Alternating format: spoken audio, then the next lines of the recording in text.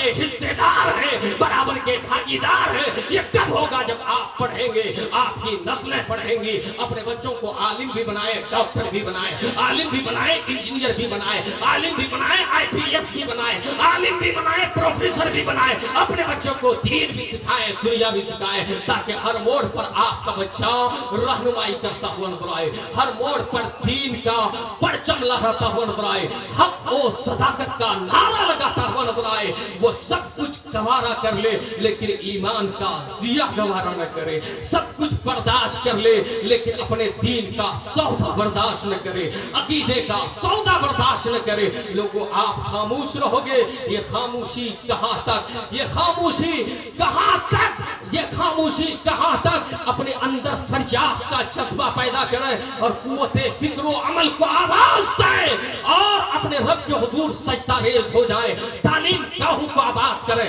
دانش گاہوں کو آباد کرے اور غیروں کے کلچر سے، مغربی تہذیب سے، مغربی تمدن سے، ویسٹرن کلچر سے اپنے آپ کو مرعوب نہ ہونے دیں۔ یاد رکھنا اس روئے زمین پر اگر کوئی بلند کلچر ہے، بلند تہذیب ہے تو صرف مصطفیٰ جان رحمت علیہ السلام کے غلاموں کی تہذیب ہے، یہ مصطفیٰ کے چاہنے والوں کا کلچر ہے۔ لوگوں آخری بات عرض کر کے اپنی بات ختم کرنا چاہتا ہوں، اس لیے کہ علماء کثیر تعداد میں موجود ہیں۔ اتنے بڑے مجمع میں آپ لوگ بیٹھے ہیں، آپ میں سے کتنے لوگ ہیں جو نماز پڑھتے ہیں؟ ہاتھ اٹھا کر بولیے تو بھائی، کتنے لوگ ہیں جو نماز پڑھتے ہیں؟ لا حول ولا قوت الا باللہ۔ 50% کی تعداد میں بھی یہ مسلمان نہیں ہیں۔ یاد رکھو لوگوں، کیا مزارات کے آ جانے سے تمہارے گناہوں کا کفارہ ہو جائے گا؟ تمہارے سیئات معاف کر دیے جائیں گے؟ کیا تم معصوم محفوظ ہو جاؤ گے مزارات کی حاضری سے؟ جلسوں میں چند سیکنڈ، چند لمحے بیٹھنے سے کیا تم گناہوں سے پاک ہو جاؤ گے؟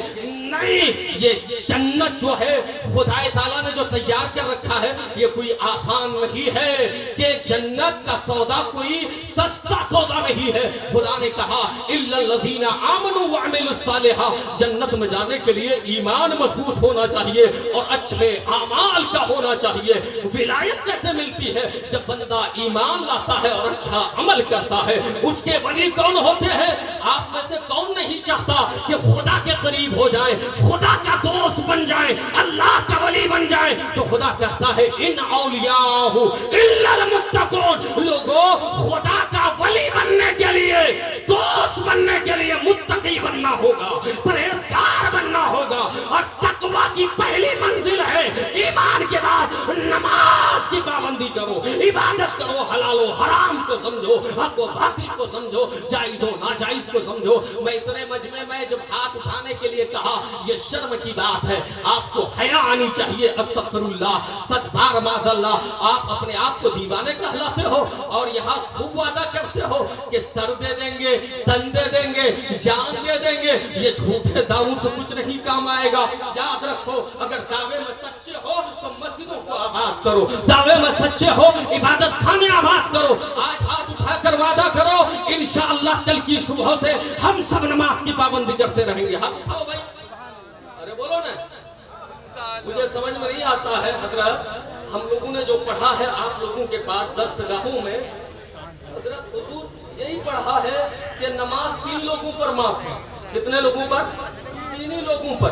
ایک تو نماز پاگلوں پر معاف ہے، وہ مکلف نہیں ہے، اور دوسرا کن پر؟ جو ماہواری کے پیریڈ میں ہو، وہ خواتین جو حیض کی حالت میں ہو، اس پر ان ایام میں نماز معاف ہے۔ اور تیسرا کن پر؟ جو ابھی بالغ نہیں ہوا، نابالغ بچہ ہے یا بچی ہے، اس پر نماز معاف ہے۔ لیکن مجھے نہیں سمجھ میں آتا اتنے بڑے مجمع میں یہ لوگ کون سی قسم کے پاگل ہیں؟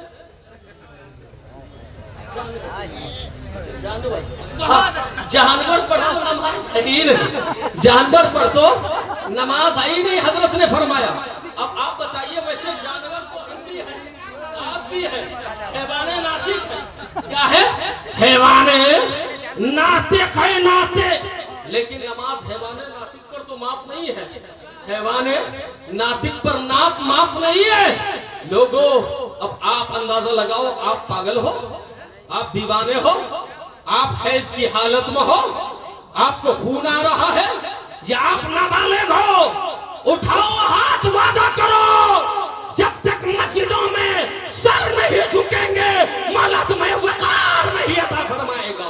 مولا وقار کی ٹھیک اسے ہی عطا فرماتا ہے جو مولا کی بارگاہ میں جھکتا ہے. جو جتنا جھکتا ہے مولا اسے اتنا ہی بلند کر دیتا ہے, اتنی ہی شان فرماتا ہے, اتنا ہی وقار عطا فرماتا ہے. آج وعدہ کرواؤں گا اور جب تک آپ وعدہ نہیں کریں گے اظہری صاحب کا خطاب نہیں ہونے دوں گا. وہ اظہری صاحب بیٹھے ہیں اور اسد بھائی کو آپ کے سامنے نہیں آنے دوں گا. کتنے ہیں آپ میں سے چند نوجوان کھڑے ہو کر آج وعدہ کریں محب القادری, آپ بھی جوان میں بھی جوان, آپ سب سنتے ہیں ان الحسن والحسین سیدہ شباب اہل الجنہ. حسن و حسین جنتی جوانوں کے سردار ہیں. تو جوانوں جنت میں جانا چاہتے ہو نا, ہاتھ اٹھا کر بولو نماز پڑھو گے, کھڑے ہو جاؤ. ارے ہو بھائی کھڑے ہو نا. سبحان اللہ سبحان اللہ. حضرت علامہ اعجاز صاحب ان لوگوں کی خاطر نعرہ تکبیر و رسالت بلند کر دیجئے تاکہ یہ مدینے والے آقا کو گواہ بنا لیں. نعرہ تکبیر, نعرہ رسالت, علماء اہل سنت. اللہ تعالیٰ آپ ہم سب کو دین سیکھنے سمجھنے اور نمازیں پڑھنے کی توفیق عطا فرمائے. کیا نمازیں پڑھنے کی توفیق عطا فرمائے. ان اللہ لا یغیر ما بقوم حتی یغیروا ما بانفسہم. اللہ کسی قوم کی حالت اس وقت نہیں بدلتا جب تک وہ خود اپنا حال بدلنا نہ چاہے. آپ بدلو خدا تمہارا مقدر بدل دے گا. آپ بدلو خدا حکومت بدل دے گا. آپ بدلو خدا اقتدار بدل دے گا. آپ بدلو خدا تمہیں مصطفیٰ کے روضے کا دیدار کرا دے گا اور جنت میں تمہیں محل عطا فرمائے گا.